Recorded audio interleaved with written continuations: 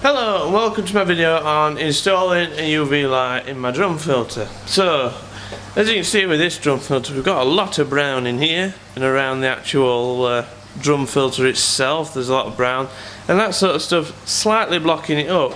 You might be able to see that the water flows a little bit better in the cleaner slots, and it's a bit of a pain to get off that stuff. I keep brushing at it but not doing too well. However, this drum here has a UV light in it there, and as I'll show you in a minute, that drum is like brand new inside, and so is my other drum that also has a UV light. So I thought, oh, I'm going to put a UV light in this and hopefully we can get rid of all this brown stuff. So let's get on with putting a UV light in it. So there we go, that's the drum filter sufficiently drained. Drain it right to the bottom. All I did is turn the inlet off to it and leave the pump on until it got too low for the pump to suck any more water out below them pipe bits just there. So yeah, it's nicely drained, and now what we're going to do is find out where to drill the hole just here for the UV light, similar to that one, and then drill it, I guess, and fit it in. You might notice it's a bit noisy in here, and that's because I put this pump on here. So normally the water pumps out of that drum and into this filtration system, but at the minute obviously the drum's not on, but I don't want my filter to die, so what I've done is I've dipped that pump there in the water, and that just sucks the water straight up and across and back in, and it'll just keep the media alive and stops me from having to rush the actual putting the UV light in. I can take as long as I need now because it won't affect the pond's operation at all.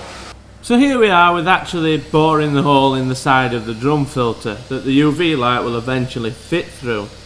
So what you'll see now is there's actually two holes in the drum filter there. The lower one of those two holes is actually a mistake hole, and that was basically a test. What we did is we got some measurements together that we thought were about right, in the right position, and we actually drilled it, knowing that if we were slightly off or slightly in the wrong position it wouldn't matter too much. And what we did is we put the drill through and put the collar that holds the UV light in place onto the end of the drill to see where it fit, and it turned out that it would actually hit the side of the drum filter, so we wouldn't be able to properly tighten the collar up if we put the hole there.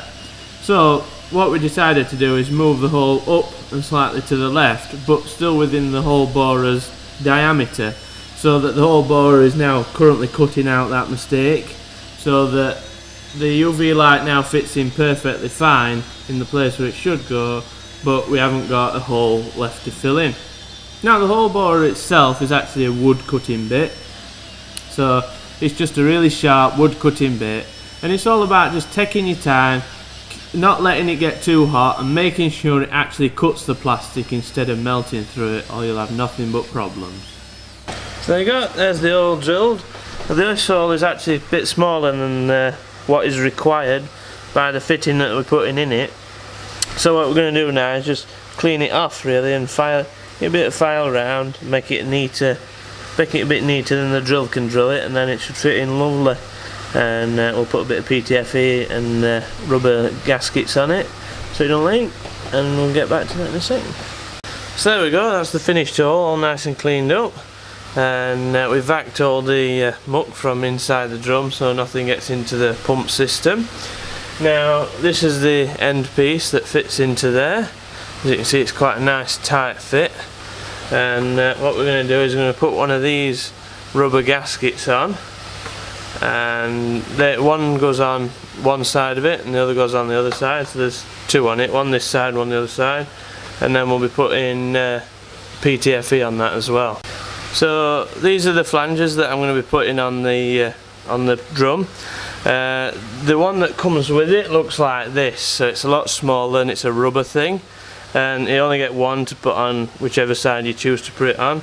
Instead I'm going to use these, which are EPDM stub flange gaskets, and these are so much better. They're a much stronger material. As you can see, they're not like a rubbery material, and they don't expand, and it's a lot sort of bigger, so you can get a lot better sort of placement on there, and these don't tend to leak, whereas I've found that these tend to just move a little bit, bend in whatever way when you put a bit of force on them, and they tend to leak. And also I'm going to be using 2 of them on each side. I've actually used them rubber ones on this one here. This is one of the first ones I ever did, and I had nothing but problems. As you can see, I've ended up gluing it round and it ended up leaking for quite a long time. Fortunately, time has just stopped it leaking, but it being indoors is quite a pain because I don't really want this floor getting wet and that, so it was quite a nightmare that, but fortunately it's stopped leaking now. But I've never had that problem with these gaskets. They always manage to seal when you get it tight enough. There we go. There we go, that's the finished product. As you can see, the gaskets on it just there, and then we've got the PTFE on it as well. We've also put a bit of black silicone on it just to sort of get in there and make sure it seals, because I really don't want it to leak. But that's optional really. The PTFE and the gasket should do it quite nicely. So let's put it in. You can see how tight of a fit it is, it's really tight.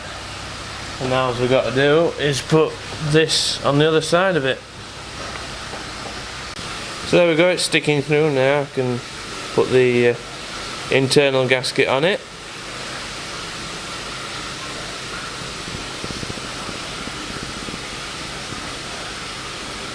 Like so. And then put the outer collar on it. And get a really good tighten up.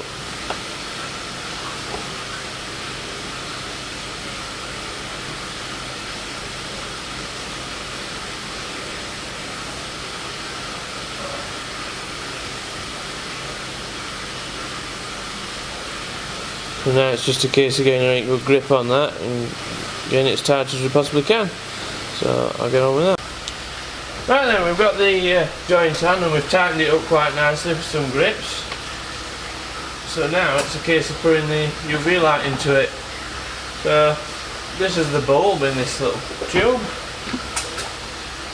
And then, put that out. This is the quartz sleeve. Lift it up in front of the end.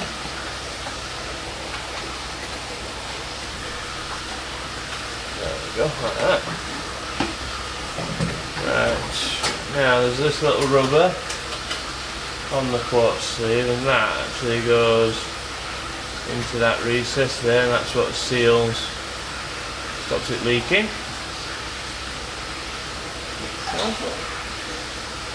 Nice in there. Got that in there like that. And then it's just a case of just slide that in there.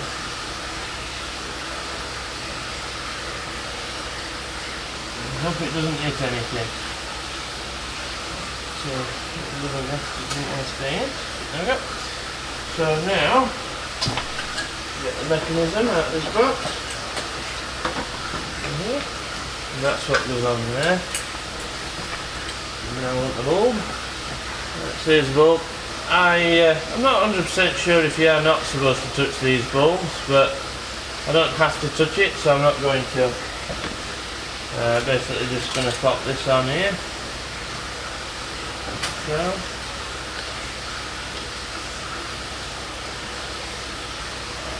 That's a good fit. And then slide it in. Make sure that rubber's on there properly. Push it up and put the cap on. So,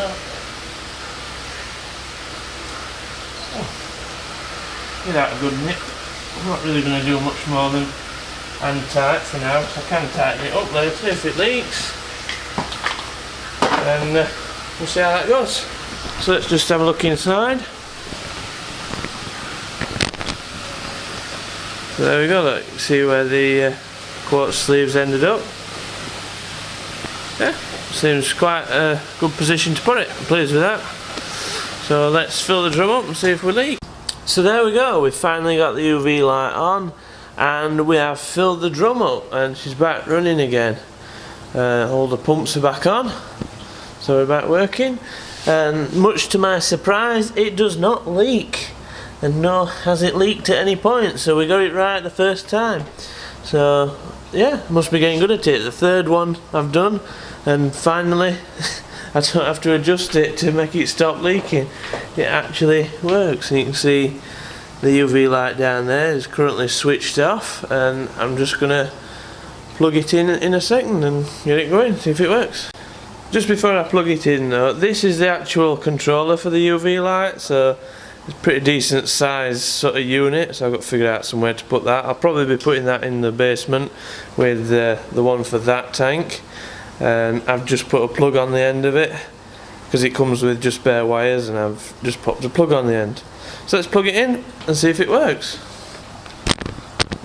So there we go, I've just plugged it in. You can already see the blue light. Let me just dim this light, and you can see it's steadily getting brighter. Obviously it's just like any fluorescent light. When it turns on at first it's a little bit dimmer than when it's fully running. You can see it surrounds the drum quite nicely with UV light, and gets around there.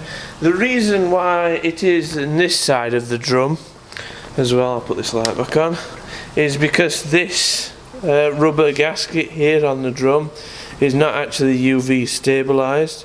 So if it was on this side of the drum or going inside the drum, it would make this rubber gasket go really rock hard and fail eventually, because it'll perish it. But there, none of the UV light actually affects the gasket from that angle, so it should be fine, and it still gets to the drum. And so there you go, that's what the drum looks like.